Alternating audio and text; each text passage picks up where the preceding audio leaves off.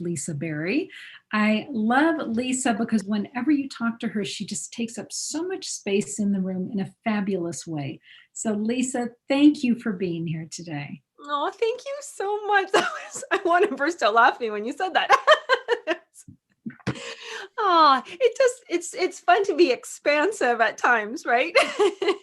Love it. I love it. So, Lisa is going to be bringing us a new show. It's called Dating Your Diet, and it's premiering February 14th, this Sunday at 10 o'clock a.m. here on EWN Enlightened Living. So excited about this show. But, Lisa, before we get into the show, tell us, you have been a podcast host, you have been an author, you've been a registered holistic nutritionist, and a life coach, you're now a producer of shows. What has brought you to this place in life? It feels like everything's coming together for you. All of your different careers are coming together for this time in your life. How did you get to this place? I love you said that about coming together, because it's, I have dating your diet, and then in the end you get to marry your menu. Yeah. And I feel like it's all being married now, and it's coming together in union. That's what I really love. And before, it was really important that things are compartmentalized so that you can have the focus and pay attention to that, and really get your practice in and become an expert, if you will, or really fall in love with that before trying to smush them all together. Because I definitely could not have done all of this together 4 years ago, 1 year ago, 5 years ago, 10. And each one has had its time. Each one has had its a spotlight on it. And how I've known was ready to come together is there's like an effortless flow to each one. And when that happens, when you got the stride going, you feel really good, and it makes sense to pull it together.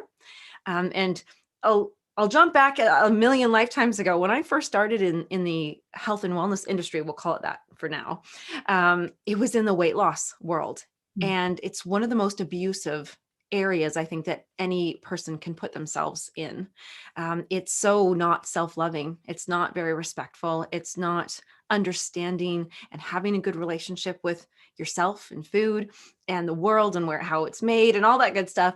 And so starting there was perfect for me, because I went in as a counselor, like a food counselor for women in the weight loss industry. And I really had to learn, more than anything, how to be a life coach. It wasn't about food. It wasn't about food at all. And then came the nutrition, and then came the personal training, and then came, and then it made sense to become a host and have a show so you could express and share and, take it from the one-on-one platform to one on many, many, many, many. And it's been such a beautiful journey. I want to say that's been hard, but it really hasn't. I'm sure it has been when I was in there, but looking back and feeling it, it just feels beautiful to have this time with so many people. It's beautiful. So tell me about the shows that you have been a host for.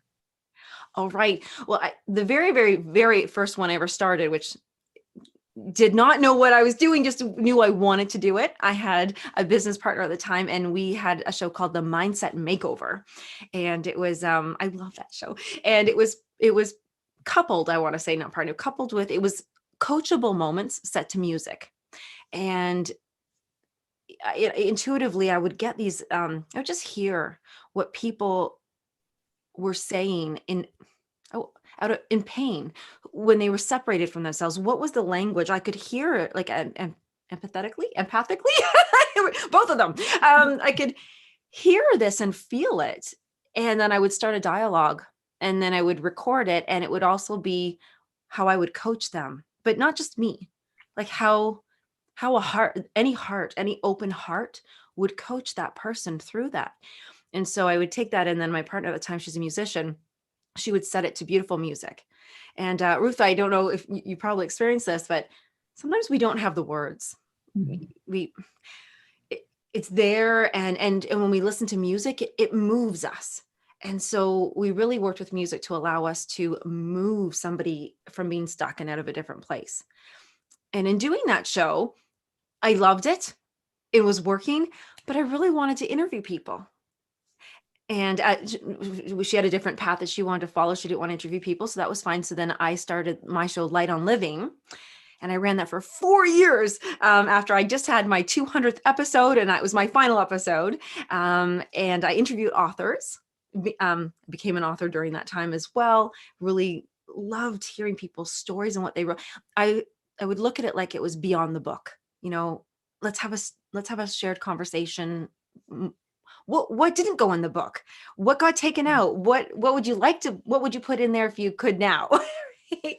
And that was just that hosting that show was just so beautiful to me, and I learned a lot, and wanted to teach what I learned to other hosts who would like to step up and become a host, or maybe be a better host of themselves, right? How they can be a better host of themselves. And Tomas Garza, myself, who is also on this beautiful network, we worked together to create a show, and then he was like, amazing. And so I said, let's be partners. And he said, yes. And so we have our own, which we train and we produce shows and things like that. And then it was time for me to revive Dating Your Diet, that I found its home right here on Enlightened World Network, the living part. Right. The living part. Right. So your premiere show is this Sunday, February 14th, 10 a.m. Eastern Time. And after that, it's going to find a permanent home on Thursdays, again, 10 o'clock in the morning at Eastern Time. And it's going to be on EWN Enlightened Living. So, Lisa, one of the things about you that I love is your sense of spirituality and how it speaks to you on a daily basis. And it just sort of oozes through you in your conversations. Can you share with us your journey of getting to know yourself as a spiritual being? Yes, that was one I probably wanted to hide the most. Nervous. Like, do I feel this way? Can I tell other people I feel this way? It was very uncomfortable. Yes, I'm going to be very honest. It was not like, oh, yay, I'm connected to the world and everything else. It was like, oh my gosh, what do I do with this? And should I do anything with this? Labels. I really had a big labeling thing. Didn't want to say the word God, didn't want to hear, angels. What do you mean? I'm not talking about angels. Like, it was very uncomfortable because I didn't know who I was yet. And when you get to know other people, that's how I got to know myself. I wasn't able to just kind of go in and learn who I was on my own. It was through getting to know other people. And I'm so grateful that I came into the planet this way, but there's really, I really find it hard. I love everybody. There's no judgment stopper. It really is. Well, that's who you are. Go be who you are. That's awesome. It makes my life a lot easier, by the way. And I think that once I was like, it's okay. It's safe to be spiritual. Like, that was a big thing. And then when you said about the light, I think my light got even bigger. It's because it was safe. Just go ahead and shine. Go ahead and shine that. Go ahead and spread that light. And it's been comforting. And you meet so many more incredible people because you're not stopping yourself like, oh, I can't talk to them or share with them, or I'll be uncomfortable if I'm speaking with them. Now it's like, well, maybe they'll all accept me because I accept them. It maybe just works that way. It's a two-way street. Right. So here at Enlightened World Network, that's what we are for each other. One of the things I love about the community that we've created here is you don't have to start any sentence with, I know this sounds crazy, but Yeah. right? We've got this safe place where it's really okay to just share what you've experienced, what you've seen, what you've intuited. And it is such a loving community. And I'm so excited to have you and Tomas and GP Walsh as part of that. You all came in as a package deal. And it's just you. been fabulous with GP Walsh's satsang on Sundays, 2 o'clock. It's 3 Easterns, but you're Central. So yes. Yeah, you got it. And then with Tomas Garza, and he's bringing to us A Course in Miracles every day. Every and time. his time fluctuates just based on scheduling. But between the three of you, it's such a beautiful combination of folks and information coming to Enlightened World Network. And we're so excited you're here. It is so exciting. When Dating Your Diet started, I started in 2006, and it was really about me falling in love with the right food. That was the tagline. And it was very clinical, probably. It was more clinical in how I taught about it and delivered it.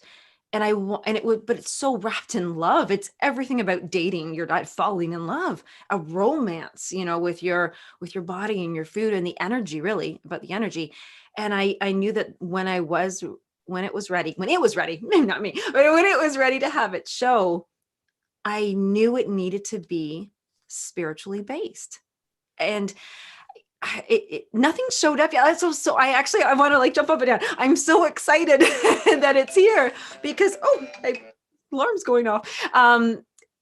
For me to be able to speak so freely and safely about food in this way, and not worry about being laughed at or poo-pooed or like you're weird kind of thing, it really brings a joy and a different kind of energy that I really, really am so excited to share with people, so that they like there is such a deep level of appreciation that can be had when you understand something and when you can come at it with just pure energy. It's the food speaks to you and you get to speak because of it.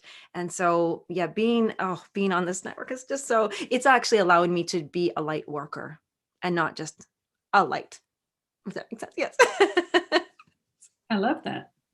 I'm happy to be a part of that. Some of our folks have struggled with food issues and body image issues over the years. And living in our culture, it's amazing the abuse that is heaped on folks based on their looks. Yes. And I know that Dating Your Diet is going to be addressing body image and all of those things and ways to love ourselves. Yes. Through all of that. And I will say that I'm able to bring even more now to everybody because of GP Walsh and Tomas. They have both taught me, self-inquiry, right, with GP Walsh. I would have 3 years ago, I would have taught it differently from a very just change your thoughts, just love yourself. We all no, we don't even know we all want to actually.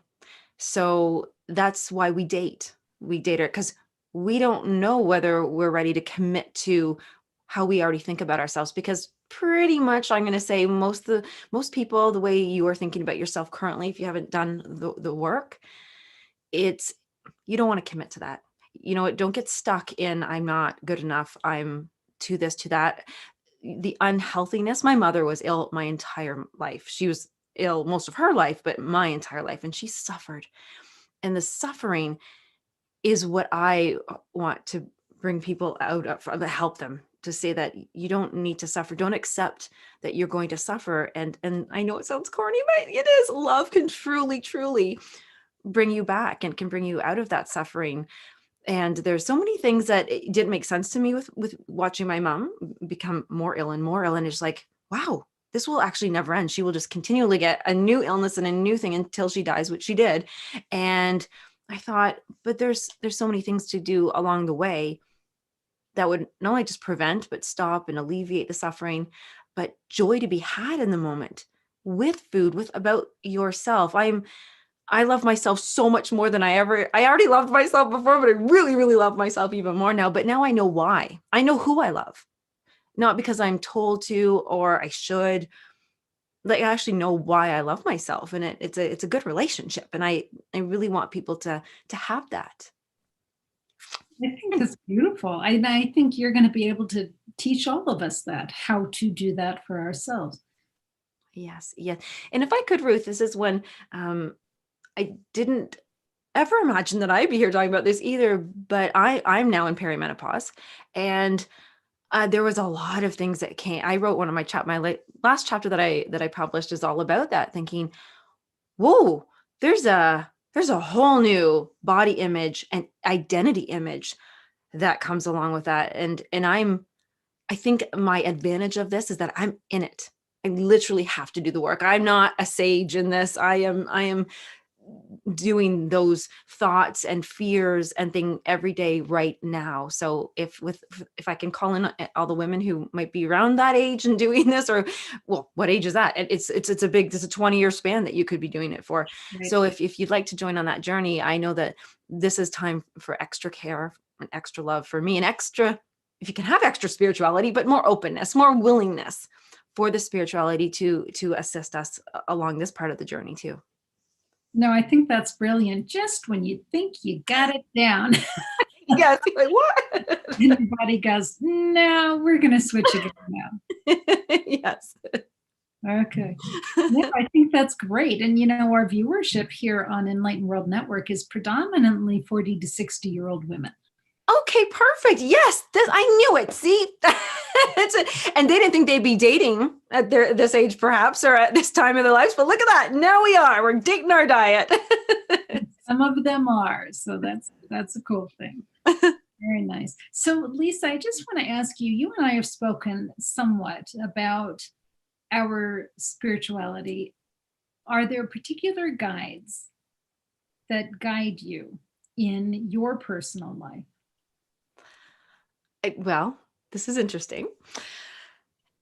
The world, I feel like I hear, not here, but inside my head here, the world as one voice sharing with me.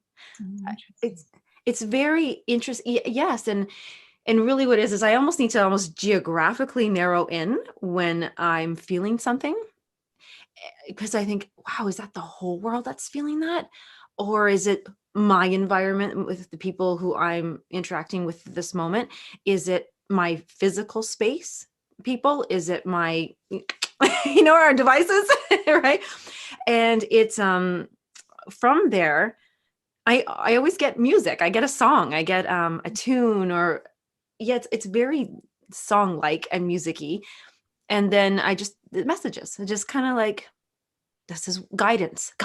That's probably a better, it's less tangible for me as opposed to pinpointing things.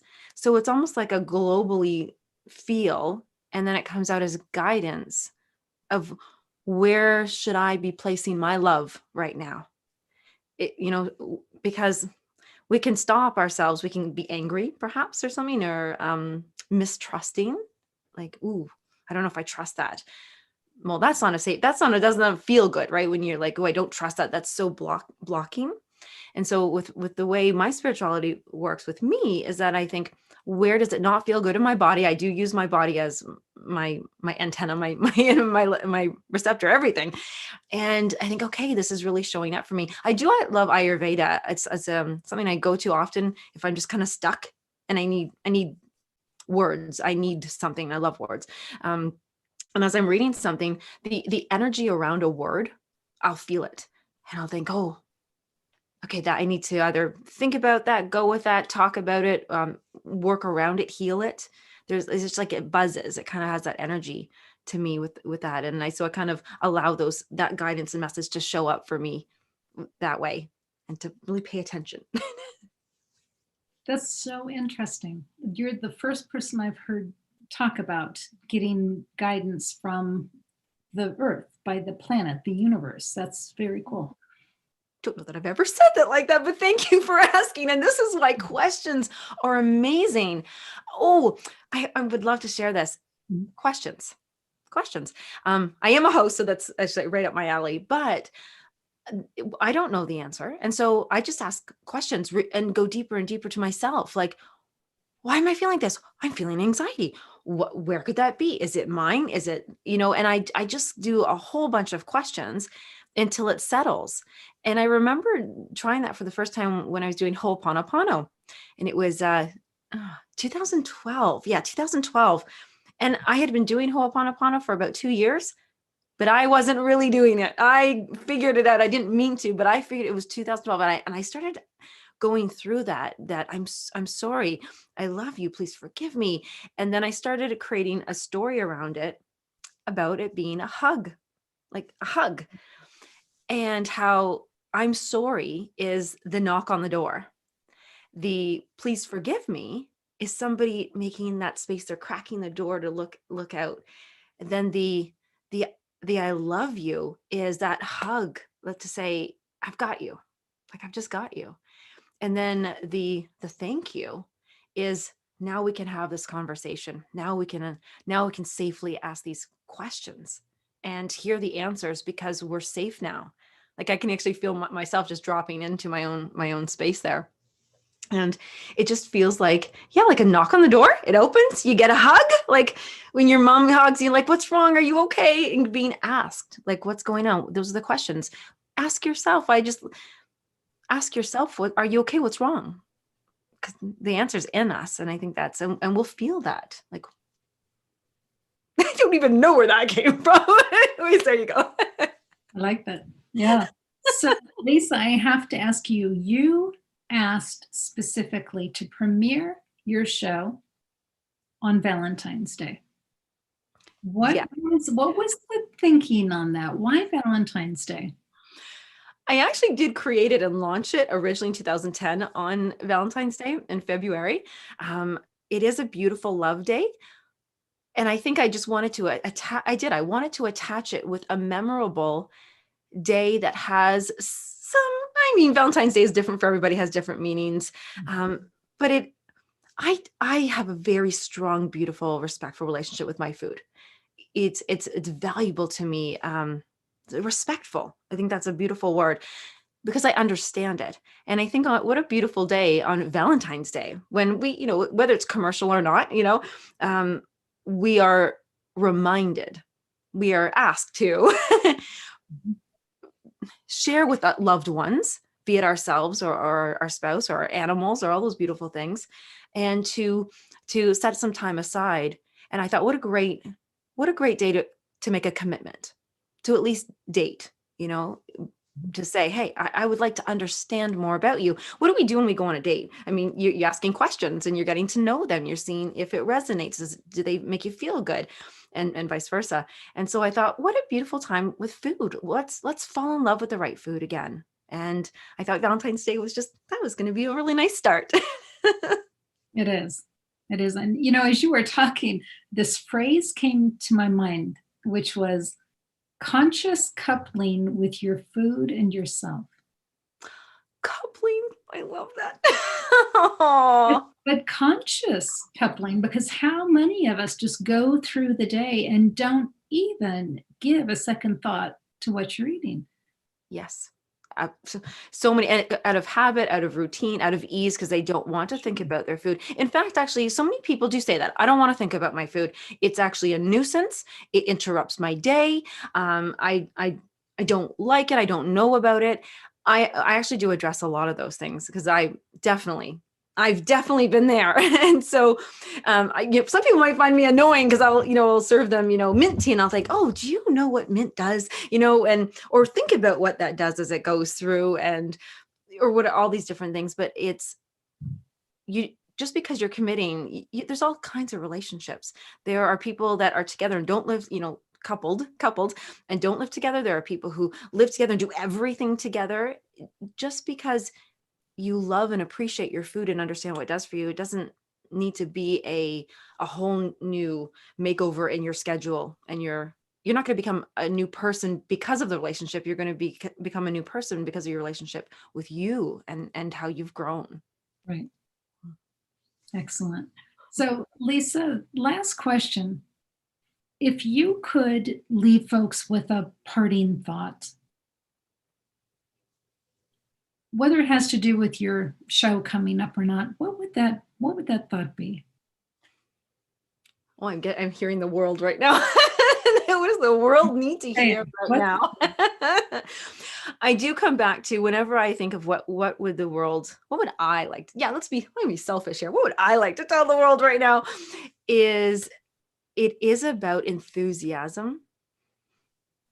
It's beautiful to have enthusiasm. It's beautiful to be enthusiastic. And you don't have to jump up and down and be all hyper. It can be a flutter in your heart. It can be a light bulb moment. it can be excitement just to go have space and breathe and meditate and be still. But to have enthusiasm just because there's hard stuff that goes on in the world, in your own family, in your own life. Maybe it's in the past, maybe it's about to happen. But if you can find enthusiasm, which is life force, and allow it to move you, allow it to move you, allow it to speak to your heart, allow that energy to sink into your heart, and just let it be and just experience it. Make sure you experience it every day and say, ask, how can I be enthusiastic today of all days? How could I not be enthusiastic of all days? But ask that question and really invite enthusiasm. Let's get that back into, I so appreciate enthusiasm and having it. And it says, and if you need help, then you guys can ask me how to do that too. That's what I would say. Yes. Excellent. Thank you. Lisa, if folks want to know more about you before you start your show, how do they find information on you? Right now, I seem to be living on Facebook. I don't want to live there, but I am. And so it really is the best place to connect right now. And my last name's super easy to remember how to spell. It's Lisa Berry, like a strawberry, the low glycemic fruit. And I always like to say that. But that is honestly, or you can email me, which is super easy, lisa@datingyourdiet.ca, because I am in Canada. So I have a CA there. And I would love to hear from people and just let me know what you would like for me to, I'll be teaching a lot about foods. For me. And if you just are saying, yes, back to the enthusiasm, or I want to listen to a show, or who's GP and who's Tomas, then yes, go to those places. Great. Thank you so much, Lisa. Can I tell you how excited I am that you three are here and that you are here and that Dating Your Diet is joining us starting on Sunday. I'm so excited. Thank you so much. I'll see everybody there. Sounds great. Folks, I hope you join us. I really do. Whether it's live or whether it's on YouTube or Facebook after the fact, thanks for being here. Thank you for caring about your body. Thank you for caring about yourself as a spiritual being here in a body. So we're so glad you're here. Take good care, everybody, and God bless. Thank you, Lisa. Thank you.